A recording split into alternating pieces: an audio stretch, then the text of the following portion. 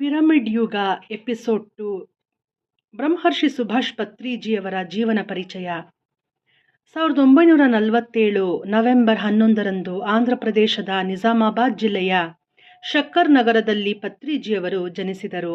ತಾಯಿಯ ಹೆಸರು ಸಾವಿತ್ರಿ ದೇವಿ, ತಂದೆಯ ಹೆಸರು ರಮಣಾರಾವ್. ಬೋಧನ್ ಹಾಗೂ ಸಿಕಂದರಾಬಾದ್ನಲ್ಲಿ ಪತ್ರಿಜಿಯವರು ಆರಂಭಿಕ ಶಿಕ್ಷಣವನ್ನು ಪಡೆದುಕೊಂಡರು. ಉಸ್ಮಾನಿಯಾ ವಿಶ್ವವಿದ್ಯಾಲಯದಿಂದ ಸಾಯಿಲ್ ಸೈನ್ಸ್ ವಿಷಯದಲ್ಲಿ MSc ಇನ್ ಅಗ್ರಿಕಲ್ಚರ್ ಸ್ನಾತಕೋತ್ತರ ಪದವಿಯನ್ನು ಪಡೆದು 1975ರಿಂದ ಕೋರಮಂಡಲ ಫರ್ಟಿಲೈಸರ್ಸ್ ಲಿಮಿಟೆಡ್ ಕಂಪನಿಯಲ್ಲಿ ಸೇಲ್ಸ್ ಪ್ರಮೋಷನ್ ಆಫೀಸರ್ ಆಗಿ ಕರ್ನೂಲ್ನಲ್ಲಿ ಕಾರ್ಯನಿರ್ವಹಿಸತೊಡಗಿದರು. 1974ರಲ್ಲಿಯೇ ಅವರು ಸ್ವರ್ಣಮಾಲಾ ಪತ್ರಿ ಅವರನ್ನು ವಿವಾಹವಾಗಿ ಗೃಹಸ್ಥ ಜೀವನ ಆರಂಭಿಸಿದ್ದರು. ಅವರಿಗೆ ಪರಿಣಿತ ಹಾಗೂ ಪರಿಮಳ ಇಬ್ಬರು ಹೆಣ್ಣು ಮಕ್ಕಳು.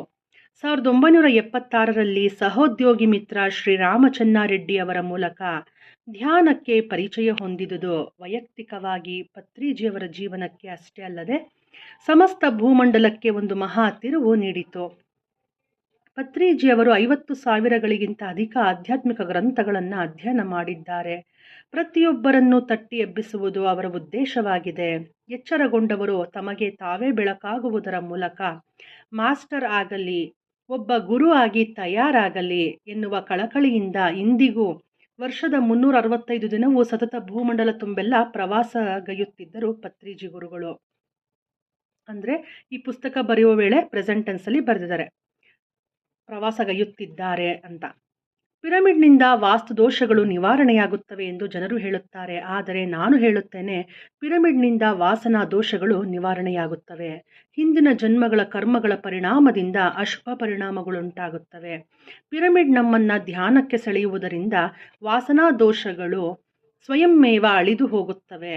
ಪಿರಮಿಡ್ ಶಕ್ತಿಯ ಕುರಿತು ಪತ್ರಿಜಿಯವರ ಈ ಅಭಿಪ್ರಾಯವು ಅಂತರಂಗ ಬಹಿರಂಗ ಶುದ್ಧಿಯನ್ನು ಬಯಸುವವರಿಗೆ ಸಂಜೀವಿನಿಯಾಗಿದೆ.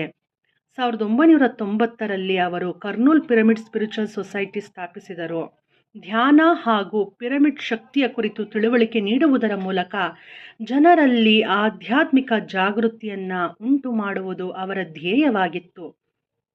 ಜನರು ಇದರ ಲಾಭ ಹೊಂದಿ ಶಾರೀರಿಕ, ಮಾನಸಿಕ ಹಾಗೂ ಬೌದ್ಧಿಕ ವಿಕಾಸ ಹೊಂದಿ ಸುಖಮಯ ಜೀವನ ಜೀವಿಸಲಿ ಎಂಬುದೇ ಪತ್ರಿಜಿಯವರ ಕಳಕಳಿಯಾಗಿದೆ ಮಾಸ್ಟರ್ಸ್. ನೆಕ್ಸ್ಟ್ ಎಪಿಸೋಡಲ್ಲಿ ನಾವು ಪತ್ರಿಜಿ ಗುರುಗಳ ಪರಿಚಯವನ್ನು ಹಾಗೆ ಮುಂದುವರಿಸೋಣ.